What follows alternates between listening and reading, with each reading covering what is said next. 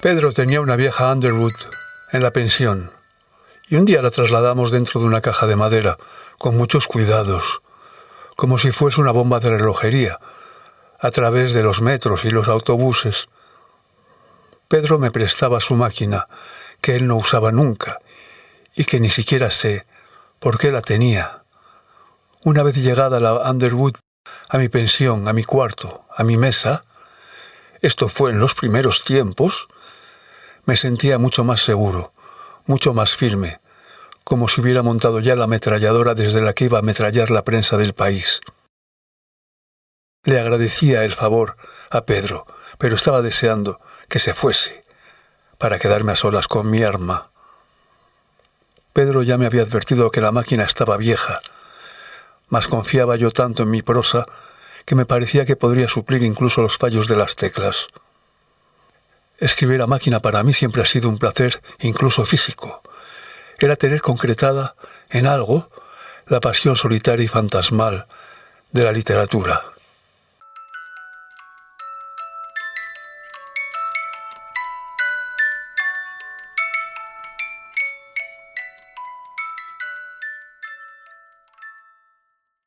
También traté, de alguna forma, de hacer del Ateneo mi casa.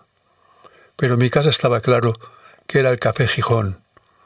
Mi casa, desde luego, no era ninguna de las pensiones doloridas y escasas donde yo me hospedaba. Mi casa tampoco era la casa de alguno de esos amigos que enseguida te llevan a su casa. Había, entre los recién llegados a Madrid, el que se daba muy buena maña para quedarse a vivir en casa de cualquiera. El que ni siquiera se planteaba el problema de las pensiones, porque se metía a dormir en cualquier sitio, lo cual era mucho más económico y como más elegante y mundano. Yo nunca he dominado ese arte de meterme a vivir en casa de nadie, y cuando me invitan, no voy, y me parece que hay algo casi obsceno en meterse en las sábanas de otro señor, que ha lavado su mujer, y en ponerse los pijamas prestados del caballero, que tendrán su contagio de tabaco y enfermedades. Ni siquiera he sido muy aficionado a ir de visita cultural a casa de los demás, eso que se hace tanto en la vida literaria madrileña. Me entristece ver la intimidad de un escritor, sus 4 fetiches culturales, el Guernica de Picasso y la foto de Pío Baroja, y esa resignación sonriente con que las esposas nacionales llevan el haberse casado con un señor que escribe, con un señor que sale en los periódicos pero gana poco. O sea que no es carne ni pescado. Ellas no acaban nunca de saber bien si el marido es carne o pescado. Y claro, resulta muy incómodo acostarse toda la vida con un señor del que no se sabe eso. Entonces, estas esposas de escritor están como en vilo, sin saber si deben posar de marquesas o de fregonas socialistas, sin saber qué es lo que conviene a la imagen de un escritor, de una esposa de escritor, porque en el país no hay tradición para estas cosas. Las casas de la gente son tristes en general, pero las casas de los escritores suelen ser deprimentes, porque hay que hacer el viacrucis de los cuadritos de valor y los libros de consideración que tiene el compañero. Además, yo soy muy sensible al mundo de la mujer, a sus reacciones, a sus tics.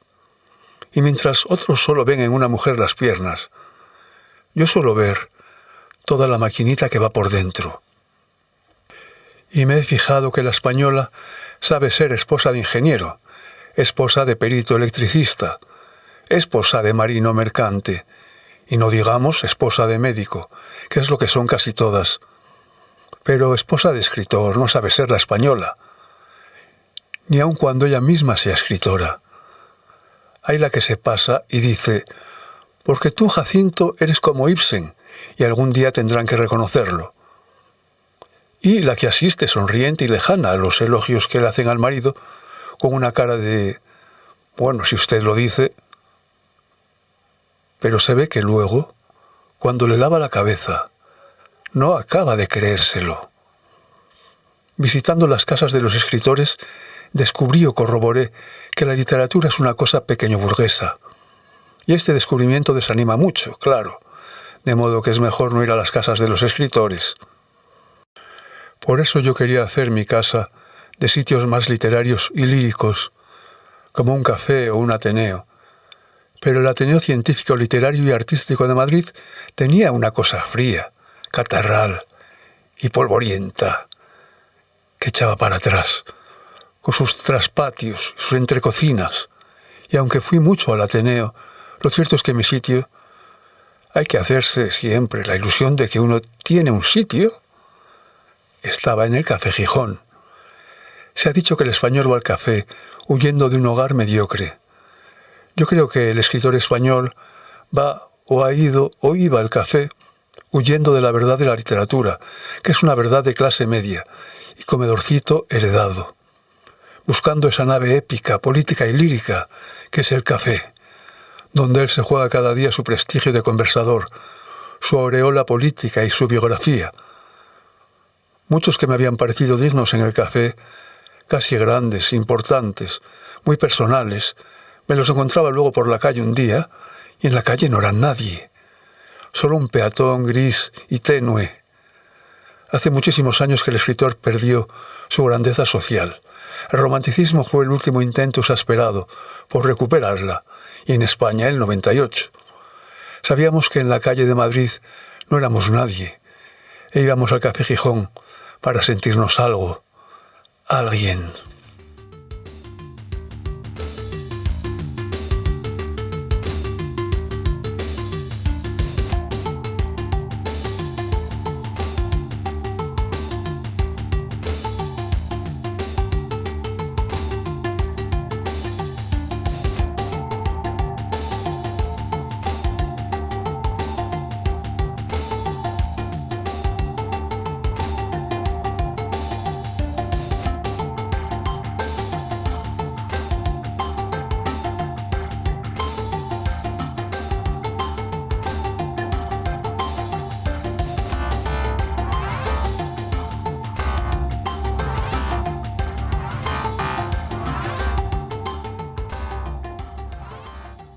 Tanto Azorín como Baroja me habían interesado teóricamente, pero luego me defraudaban hasta lo insoportable cada vez que trataba de leer un libro suyo.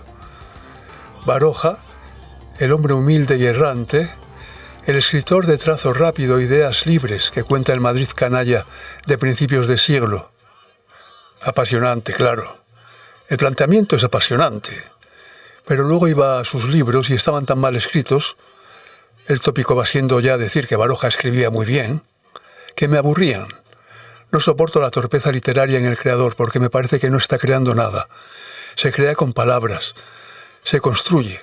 Y si las palabras son torpes, no hay construcción, no avanzamos un paso. Aquello va así porque el tipo lo dice, pero no porque yo lo vea ante mis ojos.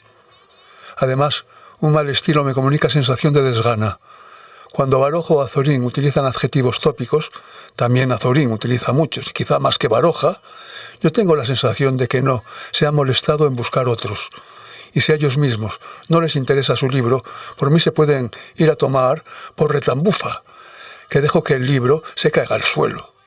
Ni siquiera me molesto en tirarlo. Azorín, teóricamente, también es un escritor apasionante, el escritor dandy, hermético y silencioso, que escribe de sí y desde sí. Perfecto. Pero luego en sus obras hay una falta de aliento que ahoga. Inventó el párrafo corto porque tenía las ideas cortas. Me comunica constantemente una disnea literaria que me hace físicamente imposible leerlo. ¿Cómo lucha porque se le ocurran cosas? No se le ocurre nunca nada. Tiene que apelar al arcaísmo o al dato preciso de agrimensor. Fantasía para el idioma no tiene ninguna. No es cierto que trajese la naturalidad, porque nada menos natural que lo suyo, ni que crease la nueva prosa española. La nueva prosa española y el verso nace de Juan Ramón Jiménez, Gómez de la Serna y Valle Inclán, los tres grandes Ramones, que de alguna manera han empreñado a todo escritor subsiguiente. Nadie ha vuelto a escribir como Azorín, ni siquiera Pedro de Lorenzo, contra lo que decían los maledicentes del café a última hora de la tarde, cuando ya no había nada de qué hablar. Azorín es un escritor muy imitable, pero muy poco aprovechable. Unamuno me parecía mucho más escritor que los otros dos. en el ensayo y en el artículo, que los otros géneros los desbarata, aunque no me interesaban sus problemas de canónigo de paisano que sabe griego y hebreo. Para mí el gran hombre del 98 era Valle Inclán, que no es exactamente del 98. Valle es el único que rellena su esquema, que iguala con la vida y con la obra el pensamiento que tenemos de él. Por entonces la moda política había hecho de Machado el gran poeta civil de España, cosa que supongo seguirá siendo ya para siempre. A mí Machado me parece el último gran poeta del XIX. El primero del XX es Juan Ramón. Machado todavía lastrado de sentenciosidad y descripcionismo. Castilla le perjudicó mucho, me parece a mí, con su contagio de realismo, y cuando hace mejores poemas es cuando asoma en él Bécquer y el depurado lirismo natural andaluz.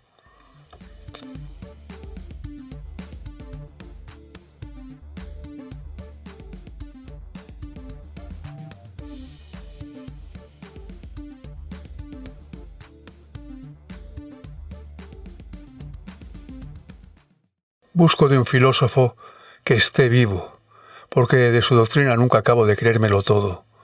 Doy por supuesto que es aleatoria y solo me vale en cuanto testimonio personal, no por personalismo, sino por falta de fe en los grandes sistemas, impersonales y definitivos. El propio Hegel dijo que una filosofía no es sino el tiempo en que fue escrita, recogido en pensamientos. Enseguida me gustó Marx, por su realismo, por su precisión, por su concreción, por la estética renuncia que hace de todo planear idealista por los cielos del pensamiento puro, que no existe. A Heidegger solo le cazaba alguna frase lírica y valiosa. Sartre me nutría mucho como escritor, aunque lo encontraba filosóficamente confuso. En Adorno, en Russell, en Benjamin, una forma de pensamiento irónico o poético, que me eran fascinantes. Y ya en el puro lirismo, Bataille y Cioran. A unos los leía antes y a otros después. Me interesaban los barrocos, los sofistas, los románticos, los malditos, los ruralistas y los esteticistas. Baudelaire es quizá el máximo modelo de escritor en estado puro. Eso que busqué durante toda mi juventud, siempre Baudelaire. Y todo el alrededor, Lautréamont, Novalis, Nerval, Rimbaud, Byron, Wilde, toda una raza, toda una familia rara, espectral, fascinante.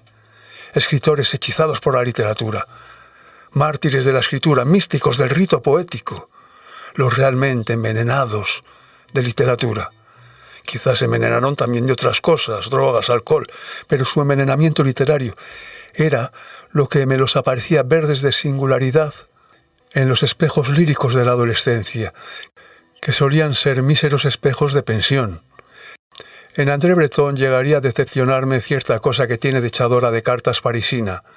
Llega casi a confundir el surrealismo con el curanderismo. Paul Éluard fue quizá el poeta surrealista que más positivamente me desconcertó. Por aquellos años 60 yo leía a Henry Miller y la generación Beatnik, todavía Sartre, todavía Ortega y Dors, como herencia estilista de la adolescencia. Y sobre la marcha iba leyendo todo lo que se publicaba en España de novela, poesía y ensayo. Compraba libros, robaba libros, me prestaban libros, me daban libros. De Larra y el 98 para acá, lo español lo conocía prácticamente todo. Ya he dicho que me había dedicado muy especialmente a la poesía. Rilke, Juan Ramón, Ungaretti, Pessoa, todo el 27 nuestro, Krolov, los surrealistas franceses y todas nuestras generaciones de posguerra. La mayor concentración de poesía lírica la encontraba en la generación española del 27. En todos ellos me hundía, una y otra vez, como en un paraíso seguro y siempre iluminado. No había vuelto a leer a Fernández Flórez ni a Baroja. En mi interior galería juvenil lucían unos cuantos nombres como hogueras cordiales, indelebles y arbitrarias. Heráclito, Quevedo, Proust, Juan Ramón, Baudelaire, Neruda, Gómez de la Serna y pocos más, quizá Henry Miller, recién descubierto, quizá Valle Inclán y Larra, también muy trabajados por entonces. Con esta docena escasa de prosistas y poetas, puedo decir que se ha molturado casi todo lo que he escrito. Habría que añadir el humor de Miura, el lirismo de Carlo Emilio Gadda o de Laurence Durrell, la potencia metaforizante de García Lorca. Pero en resumen, me sentía progresivamente heredero del barroco español puesto al día, con su burla, su metáfora y su hermosa curvatura. Heráclito es una hoguera blanca en el sol de Grecia. Quevedo es un retablo de iglesia barroca que de pronto mea por el pito de todos sus angelotes. Proust es una raqueta de tenis elegante, que por las noches se metamorfosea en violín y canta. Juan Ramón es un árbol de acequia, herido por el sol como por el rayo. Baudelaire es una vitrina enjollada y polvorienta en el interior oscuro de una casa fría y noble de París. Gómez de la Serna es un cacharro de verbena madrileña, en el que se puede beber mistela y champán surrealista. Valle Inclán es medio paseante que se ha dejado en casa el otro medio, escribiendo prodigiosos versos en prosa. Larra es un maniquí de sastrería antigua, que tiene puesto un chaleco de tisú de oro, chaleco que espera a que venga a recoger el señor Larra. Estaba claro que yo me perecía por los escritores oblicuos a la cultura y a la historia, por los que le habían entrado transversalmente a la vida. El pensamiento frontal, racional, me parecía casi siempre demasiado rígido para adaptarse a la verdad cambiante de las cosas. Prefería a los escritores de pensamiento irónico, sesgado, porque tenía la sensación de que éstos sabían sorprender mejor las verdades escapadizas del mundo y del hombre, repentinamente, o a los de pensamiento lírico, que también acertaban por elevación, mirando el mundo como lo ven los chopos. Un chopo ve más mundo que un tintero aplastado y triste de biblioteca de erudito. My time of the war with these men and women. We have been fighting for so long. The war is turning into a playground for us. We are no longer counting on the war to end. Am I home?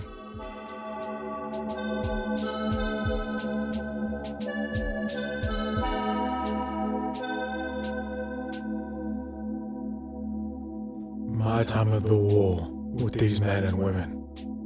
We have been fighting for so long. The war is turning into a playground for us. We are no longer counting on the war to end. Am I home?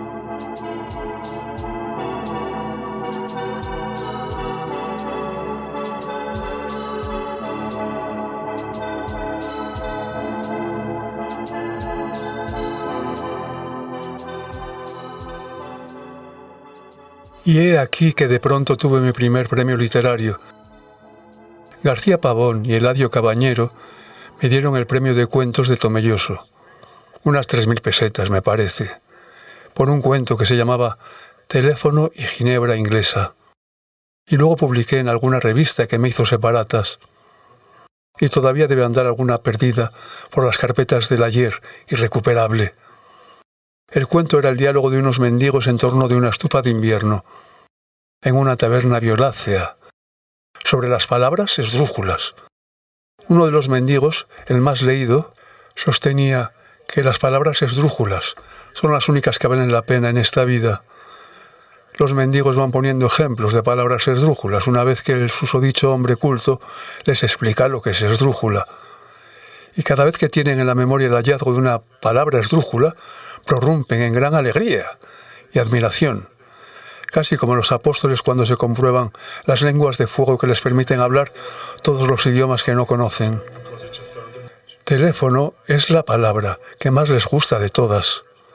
Llegan a la conclusión tácita de que teléfono es una palabra muy hermosa, muy bien sonante, y la repiten una y otra vez. En tanto, el tabernero, que asiste divertido a la culta asamblea, les regala una botella de ginebra que se le ha estropeado, porque tiene el corcho podrido. Y los mendigos reparten la ginebra. Y con esta fiesta de alcohol y palabras termina el cuento, sin más. Estos son los cuentos que escribía yo por entonces. Me parece que estaba entre Saroyan, Cela, Delibes y Aldecoa, procurando meterla todo un lirismo personal. Me alegró mucho el premio, porque era el primero, y porque me confirmaba la amistad de aquellos dos escritores tan cercanos y queridos. Hice el viaje en un autocar que iba por La Mancha, pidiendo previamente en la pensión una corbata y una chaqueta negra para la ceremonia. Llevaba en el bolso mi cuento para leerlo en la fiesta. Era septiembre, la época de las fiestas de vendimia en Tomelloso y en toda La Mancha.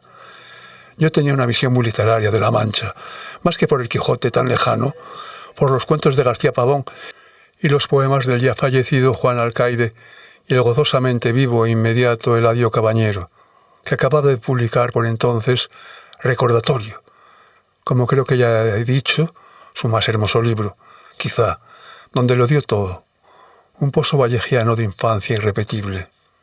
En el autocar que salía de Atocha y era ya como un jirón rodante de La Mancha, con viejas aldeanas y acartonados paletos, fui con el poeta, que había ganado a su vez el concurso de poemas. Ángel Benito me parece que se llamaba.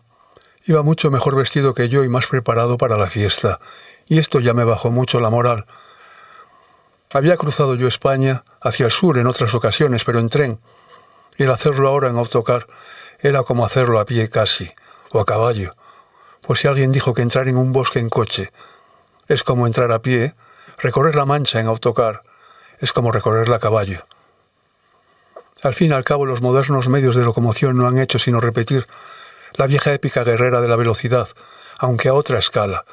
Se salía de Madrid por un mundo de vertederos y cloacas, pasando el hermoso y complicado puente de Toledo, que es como la peineta de la historia que se le ha caído a España entre los escombros de la decadencia. Estas imágenes tan rebuscadas iba yo haciendo por el camino, pues ya se sabe que el viajar nos mueve mucho la imaginación a los escritores. Luego estaban los pueblos que empezaban a ser blancos, pardos, limpios, sucios, solos, cerrados, herméticos, con un palacio plateresco y una herrería. A veces la herrería estaba dentro del palacio, como única cosas visibles, y otros pueblos que no tenían ni eso, y eran como fantasmas de pueblos. Y eso que la gente todavía no se había ido en masa a trabajar a Alemania. Salimos de Madrid muy temprano y llegamos a Tomelloso a primera hora de la tarde. Pavón, Cabañero y las fuerzas vivas nos esperaban con mucho contento, y Eladio nos reñía cariñosamente por la tardanza, como si la lentitud del autocar fuese cosa nuestra. Comimos en una bodega manchega, con frescor de vino y barroquismo de jamones. Y luego estuvimos el poeta y yo en la pensión del pueblo. Paredes azules y verdes, húmedas. Altos palanganeros familiares, espejos sin concesiones. Creo que estuvimos en la misma habitación reposando un poco. Después de las jornadas literarias de Ávila, me parece que era mi segunda salida profesional. Llegada la hora de los preparativos, el poeta, que incluso había dormido su trozo de siesta, debía ser un hombre ya curtido en tales capeas, frente a mi nerviosismo y mis lecturas, se puso a arreglarse muy despacio y sacó de algún sitio un smoking que yo no supe nunca dónde había traído, y entonces sí que me sentí definitivamente inferior.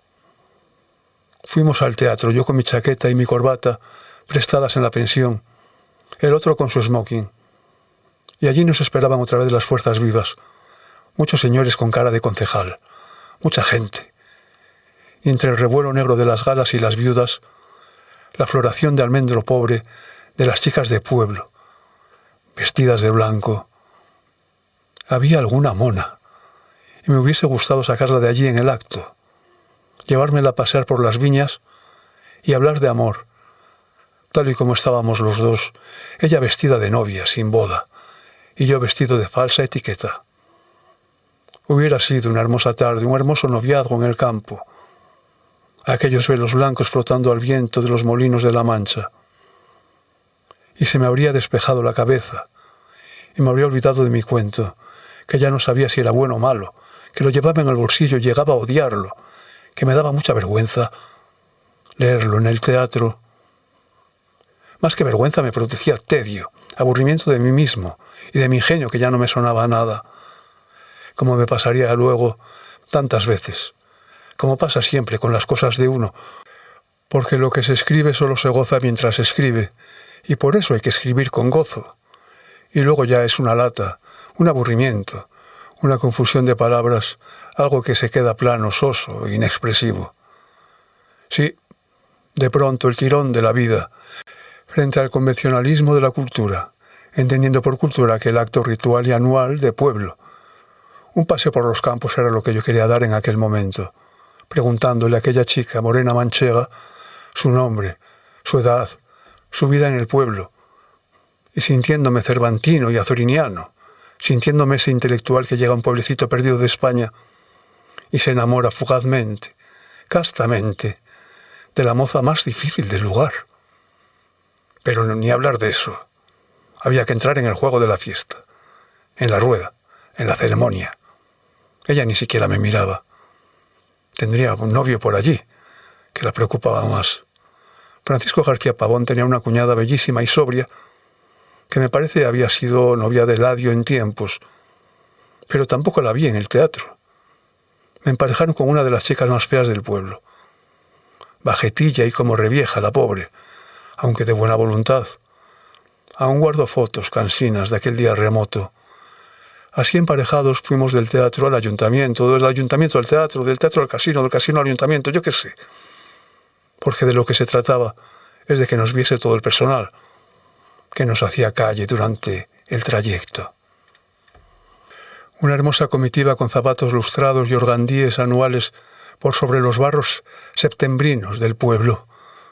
El acto era en el teatro, ya digo, un teatro grande, húmedo, oscuro, alto, hondo, en el que todo quedaba un poco irreal, fantasmal, innecesario. Aunque quizá esto fuesen cosas de mi timidez, mi miedo, mi cansancio, mi inhibición, mi shock. No recuerdo cómo transcurrió la cosa, solo recuerdo que leí mi cuento lo más alto que pude, y desde el primer momento comprendí que aquello no era para leerlo allí, que no tenía el tono declamatorio, fulminante y superficial que requieren las cosas que van a ser dichas en voz alta. Se pueden leer unos versos que halagan el oído colectivo mediante la rima, pero nada más. Luego hubo fiestas por las calles del pueblo, por lo más con las chicas, chocolatadas y un baile en el cual bailó desesperadamente mi desesperación sin causa.